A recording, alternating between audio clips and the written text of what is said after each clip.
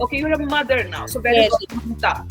And I didn't feel Mamta, for the first 3 months of motherhood. I did not have any Mamta coming out. After 2 months of giving birth, I traveled to Bangalore for a live event, 500, 600, of my people, and I'm on stage. Mhm. And Megha, I peed my pants. Like literally? Literally, I took care of my child while taking care of myself. Do you really think you should worry about how you look or feel when you have a child to take care of? इस तरह के comments generally mothers को target करने के लिए किए जाते हैं. Welcome to the Good Mother Project. This is an initiative by HerZindagi.com where we are challenging this very mindset and emboldening our voice, our thought provokers who are joining me from across the country. Today, I'm very excited to be joined by Sucheta Pal. She's joining me online all the way from Hyderabad. Sucheta, welcome. Thank you so much. It's an absolute pleasure to be here. Sucheta is a huge name in health and wellness. She is bringing the focus on postpartum health. She's really helped bring Zumba in India, a celebrity coach in that sense. And you're, of course, a mother as well. I just recently read a piece by you about motherhood in 30s. Really definitely want to get into this conversation, Sucheta, with figuring out what is motherhood really like? Raw, unfiltered, away from all the glamorized and glorified versions of motherhood. What is it really like? I'm so happy we're having this conversation because I have definitely been vocal about it from the get go. First, let's talk about the decision of motherhood. It's Yeah. not an easy one because I think till your 20s, you're not financially stable. Your career is still, you're figuring out what should you do in life, which of course keeps changing. But 30s bring that stability. Times have changed. Women really want to go out there, make a name, make a living. Now, I never had motherhood as part of my plan in life, but I knew somewhere I had to do it. And that became 35. And then that became 37. Yeah. So at 37, when I realized that, okay, this is it, I think I'm very established where I am at work. I knew, Megha, that I have to make this decision at the peak of my career. But when motherhood struck, when actually it happened, pregnancy happened, what's happening with our bodies? Like no matter how many people tell us, Megha, we don't know till it happens to us. Yeah. It was a roller coaster ride with, of course, the first trimester being hell, if I have to say that. Second trimester, Thank you for saying that. of course I will. I couldn't have eggs. I loved eggs. Even the smell of it was horrible. I was thinking over. I was constipated. Who wants that? You're high flying. You're on stage, and suddenly you are like, you can't poop. Right? Like, what is happening to my life? Yeah. Then I feel I thought that was the worst, and then I popped the baby out, a C-sec, and I didn't see that coming. I didn't see the burst in my body. I was like, I was struck by 5 trucks, not just 5 trucks. Right. Right. This is so refreshing to hear because Sucheta, we don't often hear this because there is so much of guilt that is attached to even acknowledging the sort of pain, struggles, that women have to go through. There is such a glorification of that entire process. And it's emotional, mental, and your body, which goes to that mold. Like everything, it's an emotional roller coaster. Your mental health goes for a toss, and your body, of course. Did you see, I mean, you were an empowered woman even before childbirth, but did you see a sort of a change of expectations from people around you, from not necessarily family, but, Yes. acquaintances, from society, that ab to tum maa ban gayi ho, ab to tum ye nahi karogi ya ye karogi? Did you see that shift? Did you recognize it? I think people just treat you as a mother. Like suddenly everything else that you have done, Yeah. like your identity as a woman. Like I consider myself a very sexy woman. Not in a way I'm very sexy. Like you're a very sexy woman, right? It's energy. Yeah. Right? It's not about the sexualness about it, but how we carry and exude energy when we talk to people, when we're on stage, like we have a personality. Yeah. And suddenly I was banished from that role, and all the expectation was, okay, you're a mother now, so where is Mamta? And I didn't feel Mamta, for the first 3 months of motherhood. I did not have any mamta coming out because, listen, I was also born as a mother. I had to now suddenly understand that my body has changed. I have a little one to take care of. I have no control over my hormones. I have to feed a little baby, which is again another topic of discussion. Yeah. I did not breastfeed. It was my baby was on formula from day one, and because I'm so empowered, I still was able to manage, but it still affected me because of society. Right? I did not want to go into a vaginal delivery. I was very hell-bent on, I'm very clear, I want to go for a C-sec, but I still went for a vaginal, and I had to go through 24 hours of labor because of societal pressure. So can you understand, even before becoming a mother, in pregnancy itself, those pressures were coming on me. Whether it's vaginal or C-sec, whether I have to breastfeed or not. But what about what I want as a woman? I'm not comfortable with that. It does not make me a not good mother. True. I would be happy. Saying that. Thank you for saying that. I mean, this could not be more clear than how you've put it, that these are strange benchmarkings. And, it starts, you're so rightly saying that it starts very early on, that, your decision to be. Yes, from there. Yeah. But also want to talk about, Sucheta, that, you touched upon it, but I do want to explore that a little more. Yes. Is there a switch of motherhood that goes on? Are you ready, prepared with all, the mamta flowing out of you? Or you mentioned that you're also learning on the job. No, I'll be very honest. I was thankfully, and I'll be very I'm very thankful and grateful that I did not go through postpartum depression, but I went through postpartum blues, which is much, much, much more lesser. I cannot even imagine. I have clients who have postpartum depression, but there was a point where I was angry, and I'll be very honest. Somewhere I feel even bad saying it that, oh God, why did I make this decision? There was a time in the first 3 months, and women don't talk about it. I think I'm telling you, 99% women think about it once because suddenly their world has changed, right? So absolutely, I did not feel mamta for the first 3 months. I thought about, because you're overwhelmed, although a lot of help, I still felt overwhelmed internally. And I'll be very honest, when people started to talk about how's the baby doing, right? And not how am I doing?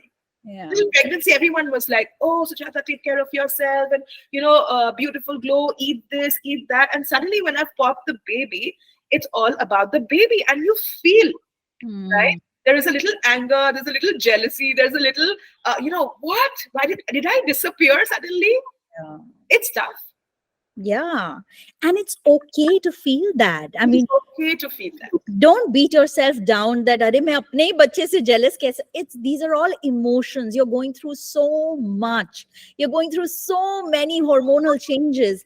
It's okay to feel that. I think that is the important thing. Thank you for saying that. But at that time, you don't feel it's okay. You are burdened with guilt. Like, how can you feel that? Like, I'm supposed to be this, Mother India, and I'm supposed to feel and what am I feeling? Why am I angry? But it's okay. It's natural. It's a process, and this is something which I tell that my close ones and any new mom, I tell them. It's a responsibility of the close ones to take care of the mom, make them feel special, like remind them of who they were before and what is there to look forward for them in the future for them. Just with the baby. Yeah. And at that point, Sucheta, I do want to, get your perspective on how much time does it take for a mom to get back to, feeling like herself, get back to doing the kind of things that she was doing before. I know, and you've been an inspiration that I've seen you in, your full pregnancy bloom, doing Zumba, and you're such a beautiful sight, such an empowering vision. Thank you. But after childbirth, how much time did it take for you to get back to yourself? Long time. So during my pregnancy, in my second trimester, I did a whole India tour. I was teaching live Zumba sessions in my second trimester. I felt powerful. I was like, yes, I'll pop the baby in 2 months. And I actually did it. After 2 months of giving birth, I traveled to Bangalore for a live event, 500, 600, of my people. And I'm on stage. And Megha, I peed my pants. Like literally? Literally. I had urinary incontinence, which I didn't know. I was stressed the whole day. When I went on stage, I thought my body was prepared. I didn't know anything. Like now I'm a postpartum fitness trainer and a coach and all of that. I had no knowledge at that time. Yeah. Okay, my body has healed. I was healthy, I was big, but it's okay. I thought, okay, I peed my pants on stage in front of 500 people. And I was like, what happened? And thankfully it was dark. So no one could see anything, but I knew what I was doing. Yeah. Yeah. Finished it, that song, I came back, and that's when it struck me that your body has changed, and you have to be patient. You have to know and educate yourself about this changed body. It's not for the good or bad, it's changed. And that awareness, I think, was a turning point in my life. When the mainstream fitness industry, I completely changed now towards women's health, especially for mothers, right? Because we are ignored. I did not find a single course education in India which is telling me how to take care of my body postpartum. Yeah. And I thought, okay, let me study. So I had to literally go to the West, do an international certification, create this program called Mom Born Strong, as you know, where I'm helping new moms or moms. Like, it doesn't matter when you give birth, but how to first take care and heal your body from the inside before you go, to lift a weight, before you run a marathon, or before you even try Zumba, because this is what is missing from the whole equation. Now, it took me, and I am a mainstream fitness industry coach. I'm also now a postpartum health coach. I've been active for 15 years. Megha, I'm feeling sexy after 3 years. And I'm very open about it. One day my belly will be flat, the other day my chest will be bloated still. And I talk about it on my Instagram. Because we are only seeing women, or we are seeing influencers, or we are seeing celebrities who bounce back, who see. Correct. That is an unrealistic standard. Last year in August, I traveled all the way to the US for my annual showcase that I do. And I was back on stage after 2 years of that incident. An entire 90-minute session without peeing my pants. Listen, can I just give you a round of applause? Because here's the thing, that you did not let that incident define you. That is not who you are. You're so much more. And this is not just Sucheta. This is all the women watching, all the mothers watching. Let not one obstacle define you and your path to motherhood. But there is also an external factor, which we touched upon right at the beginning when I introduced this session, of people saying, ki ye kaisi maa hai? She is going to go for 1 hour of Zumba, 1 hour of meditation, yoga, while she can be, feeding her baby. तो ये जो judgment attached हो जाता है, या ये जो हो जाता है कि तुम कैसी माँ हो, तुम अच्छी माँ नहीं हो, because you are taking time to, rebuild yourself, your physical, mental self. How do you kind of respond to that? How can I take care of my baby, of my kid, if I'm not at my optimum level of my being?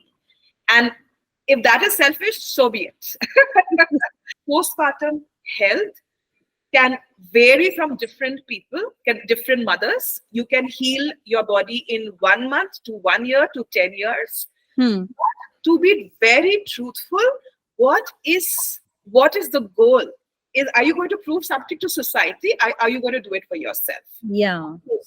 Sucheta, that brings me to another big word, and that is sacrifice. And linked to motherhood, that sometimes becomes inseparable. That if you're a mother, you have to make big sacrifices.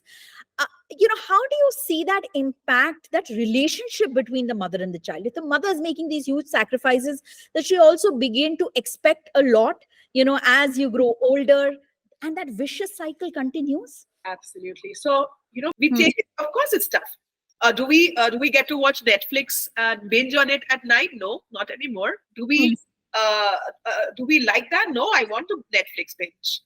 It's the morning when we wake up with this little kid who is like so energetic and so full of energy, and he's that entertainment in the morning. Worth it. So it's not a sacrifice. Yeah. Now, some things are more important to do. So can we change the mindset first? What are the reasons for having a child? Are you looking at it to save your marriage? Are you looking at it as a project, or are you looking at it as a new adventure in life? Like explore new things that you would never do today. So it's very important that we change our mindset from decision-making of motherhood to how we actually approach. Because the moment we put that guilt on ourselves, put that guilt on the child, and the child will feel it. So it's, I think, a self-reminder for women that you will feel it, but you have to remind yourself that it's fine. It's okay. Yes. It's okay. It's okay. You're doing the best. Yeah, you are a good mother. So that brings me to my final question to you, Sucheta. And I've been asking this as a part of this whole series, meeting so many women, talking to so many thought provokers. And we are asking this question that है कौन अच्छी माँ कौन है? Who is the good mother according to you? And is there really a benchmarking that anybody should follow? That, if I qualify, if these are the tick marks that I am able to achieve, then I'll be a good mother. Okay, I'll be very honest, and this is going to be a little funny, but and sad at the same time. All our kids will need therapy. We need therapy today. Our parents were amazing, right? Yeah. So I cannot control that. There is something that will affect my kid. But what can I do best? What can I do? It's within my capabilities to keep my kid safe and healthy. We teach him the basic values that will help him navigate life. Yeah. I think then our job is done, and I think that will make me a good mother. Will I scold him? Yes. Will my kid be angry at me when he's a teenager? Absolutely. Will he, when he's grown up, will he need therapy? Maybe, yes. But I'll still be a good mother because I know I took care of my child while taking care of myself. Yeah. So beautifully put. And really, there is no manual. And we are all going to make mistakes, as mothers and as, caregivers, we will make mistakes. But the intention, I think, is what counts. And also, raising good holistic individuals with the principles that we want to raise them. I think that is what will remain crucial. Thank you so much, Sucheta. This was a delightful conversation. This was so engaging. And I think that all the women listening to you today will find so much, relatability. I mean, I'm sure that there are so many women who go through this in silence, because they think that, is it okay for me to talk about it? Will I be judged? Will I be called a bad mother? And really, this is what this initiative, the Good Mother Project, is about. So all of those who've been watching this interview, do check out our other interviews on HerZindagi's YouTube channel. Also check out the Good Mother Project on HerZindagi.com. Do follow Sucheta Pal. She's got an extensive amount of content that she puts out on her Instagram. She's got a website of her own. And really, she's a woman to follow. So do that. Thank you so much, Sucheta. Thank you so much. I hope I was real and raw enough for this. Oh, yeah. I absolutely love the project. Congratulations. Thank you. Thank you so much, Sucheta. This video is a part of the Good Mother Project, a HerZindagi.com initiative.